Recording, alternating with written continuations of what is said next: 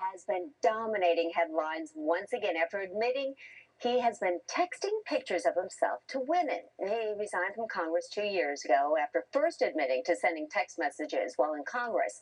Now, while running for mayor of New York, other explicit photos have surfaced, and he has admitted he had sexual exchanges with at least 3 women since then.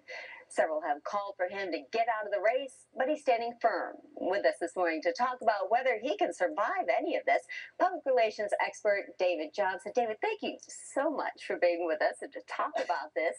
Now, you specialize in crisis communications. Right. Is there anything he can do to have a fighting chance at this point? Well, there really is, but the first thing he should have done was really have a crisis plan in place when this was going to come out. That's the first thing you always do. And the other interesting thing is he's the first social media sex scandal that we've ever really had. Right. With these because it's all Twitters. new to so much of us. Yeah. It is. Yeah. The first thing he needs to do is turn the narrative. And what I mean is he needs to have people stop laughing at him and with him. Remember when Hugh Grant got caught in the sex scandal, he went on with Jay Leno and they joked about it and people began laughing with him. That's what Anthony Weiner's got to do. The other thing is... You think he'll do that?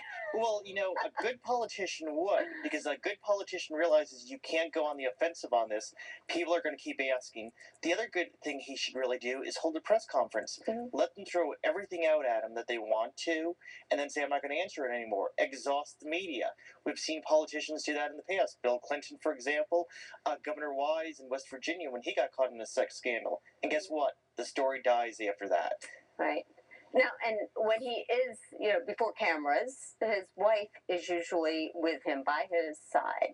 Right. Is that a good move? Yes, it really is. Although she's beginning to get some flack now, too, for standing beside her. And a lot of it is people are getting tired of these women standing beside their man. But realistically, it still is a good move, especially with Christine Quinn, his female opponent, attacking him nonstop.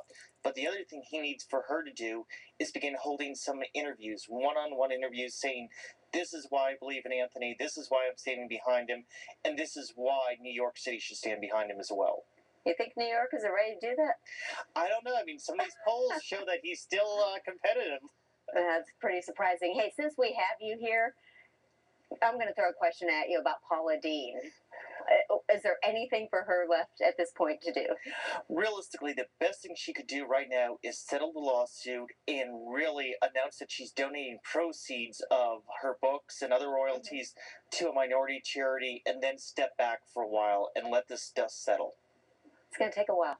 It really is, and it looks like more things are going to come out, especially if this goes to trial. Yeah. And when it goes to trial, that's when she'll really take a even bigger hit than what we've seen. David, thank you so much for being with us. You. I think they both got a lot of work to do. They do. All right. We appreciate you being here.